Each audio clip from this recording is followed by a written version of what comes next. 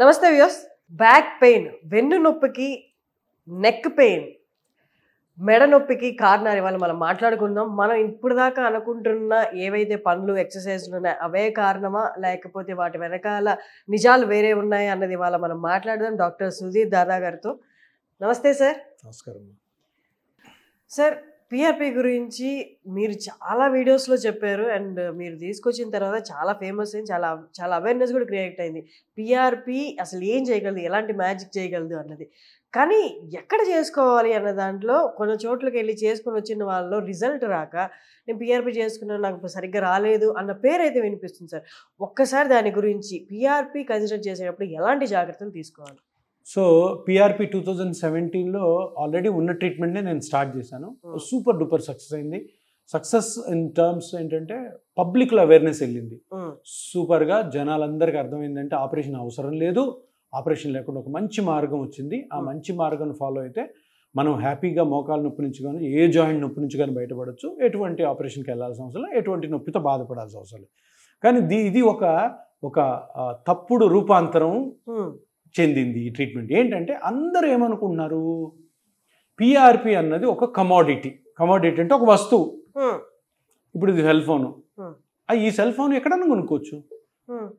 మనము ఇది ఐఫోన్ ఆప్ట్రానిక్స్కి వెళ్తాము, చూస్తాము, దాని రేట్ కనుక్కుంటాము. బజాజ్ ఎలక్ట్రానిక్స్కి వెళ్తాము, అక్కడ కొంచెం తక్కువకి ఇస్తాము. లేదంటే క్రోమాకి వెళ్తాము, వాళ్ళు ఇంకా తక్కువకి ఇవ్వచ్చు. లేదంటే మన ఫ్రెండ్ ఏదో షాప్ ఉంటుంది. అలాగా జనాలందరూ దీన్ని ఒక వస్తువులా చూస్తున్నారు. ఆ పిఆర్పి కదా, అక్కడికి ఎందుకు వెళ్ళాలి, ఇక్కడ ఉంది కదా, మా ఇంటి పక్కనే ఉంది కదా, ఇక్కడ తక్కువ చేస్తున్నాడు కదా, ఈ డాక్టర్ చేస్తున్నాడు కదా, ఆ డాక్టర్ చేస్తున్నాడు, సింపుల్ ఇంజెక్షనే కదా అన్న భావన చాలా చాలా పిఆర్పికి డేంజరు, పిఆర్పి చేసుకున్న పేషెంట్స్కి డేంజర్. ఎందుకు, పిఆర్పి అన్నది ఒక వస్తువు కాదు, ఇది ఒక ట్రీట్మెంట్. ట్రీట్మెంట్ అనగానే మనం ఏం చూస్తాం, ఎక్స్పీరియన్స్ డాక్టర్ చూస్తాం, ఒక మంచి డాక్టర్ దగ్గరికి వెళ్తాం. ఎప్పుడైనా మనం అడుగుతారే నాకు ఇట్లాగా జలుబు తగ్గట్లేదంటే, అరే ఆ డాక్టర్ దగ్గరికి వెళ్ళు, మంచిగా చూస్తాడంటాడు. మంచిగా చూస్తాడంటే ఏంటి, ఆయన హస్తవాసి బాగుంటుంది, కరెక్ట్గా డయాగ్నోస్ చేస్తాడు, కరెక్ట్ ట్రీట్మెంట్ పెడతాడు, కరెక్ట్గా ఫాలోఅప్ చేస్తాడని. అప్పుడే ఆ డాక్టర్కి పేరు వస్తుంది ఊర్లో. నువ్వు ఆయన దగ్గరికి వెళ్తుంటే ఏమి తగ్గకపోక ఆయన సరిగ్గా నిన్ను ఎగ్జామిన్ చేయగా, సరిగ్గా ట్రీట్మెంట్ చేయగా, తప్పుడు ట్రీట్మెంట్ చేస్తే అతనికి పేరు ఉండదు. అదేవిధంగా పిఆర్పిని ఎప్పుడైతే ప్రజలు ఒక వస్తువులా చూస్తున్నారో, ఒక కమోడిటీలా చూస్తున్నారో, అది రాంగ్గా పోతుంది. రాంగ్గా పోతే ఏంటి నష్టం, ఎఫెక్ట్ రాదు. ఎఫెక్ట్ రాకపోతే ట్రీట్మెంట్ మీద బ్యాడ్ ప్రాపగండా స్టార్ట్ అవుతుంది. ఇప్పుడు ఆల్రెడీ చాలామంది ఆపరేషన్స్ డాక్టర్లు దీన్ని ఎట్లన్నా ఆపాలి, ఇది జరగకూడదు, ఇది కంటిన్యూ అయితే మన ఆపరేషన్లు తగ్గిపోతాయి అన్న బాధలో ఉన్నారు. ఇప్పుడు వాళ్ళకి అగ్గికి ఆజ్యం పోసినట్టు వాళ్ళకి ఉంది. సో అందుకని నేను చెప్పేది ఏంటంటే, పిఆర్పి మీద ఇంత నమ్మకం జనాల్లో కలిగిన తర్వాత తప్పకుండా పిఆర్పి చేసే డాక్టర్ని చాలా క్షుణ్ణంగా పరిశీలించి కరెక్ట్ డాక్టర్ని సెలెక్ట్ చేసుకోవాలి. మరి ఎట్లా సెలెక్ట్ చేసుకోవాలి సార్ పిఆర్పి చేసే డాక్టర్ అంటే, ఫస్ట్ ఆఫ్ ఆల్ పిఆర్పి చేసే డాక్టరు ఎక్కువ పిఆర్పిలు చేసి ఉండాలి. అంటే ఆయనకి ఎక్స్పీరియన్స్ ఉండాలి.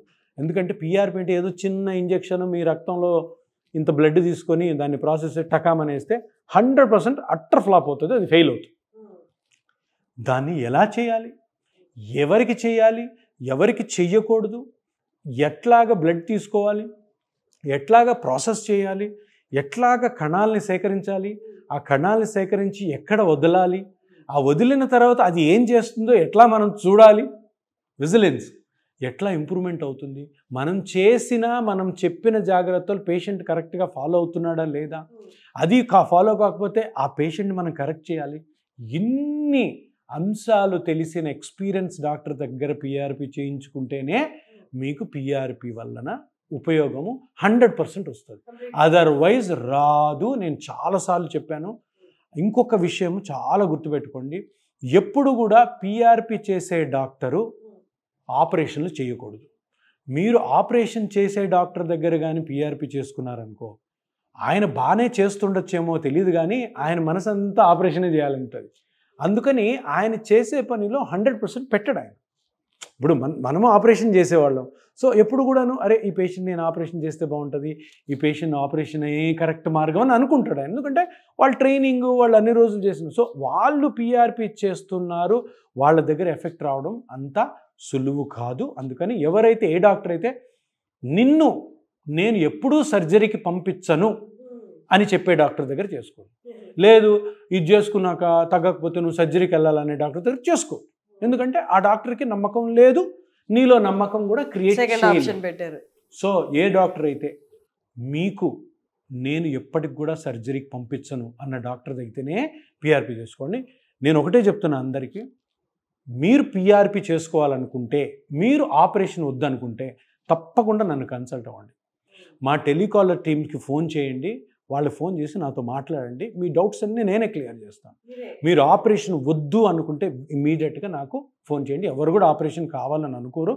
సో కరెక్ట్ మార్గం ఎంచుకొని కరెక్ట్ డాక్టర్ దగ్గర చేసుకోవడం ద్వారా మీరు కంప్లీట్గా పిఆర్పి ద్వారా రిలీఫ్ పొందుతారు. అది లాంగ్ లాస్టింగ్ ఉంటుంది. ఇంకోటి తప్పులు జరగకుండా మీరు హ్యాపీగా మీ పనులు చేసుకోవచ్చు.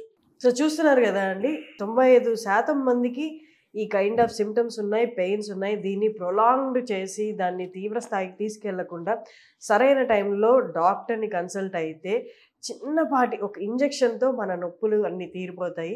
సో మీరు ఎవరైనా కాంటాక్ట్ చేయాలి అనుకుంటే, డాక్టర్ గారి కన్సల్టేషన్ కావాలి అనుకుంటే కింద స్క్రోల్ అవుతున్న నెంబర్స్ కాల్ చేసి డాక్టర్ అపాయింట్మెంట్ తీసుకొని మీరు పర్సనల్గా వచ్చి మీ ప్రాబ్లమ్స్ ఈ డాక్టర్ గారితో తెలిపి సరైన పరిష్కారం మీరు పొందొచ్చు. Thank you sir.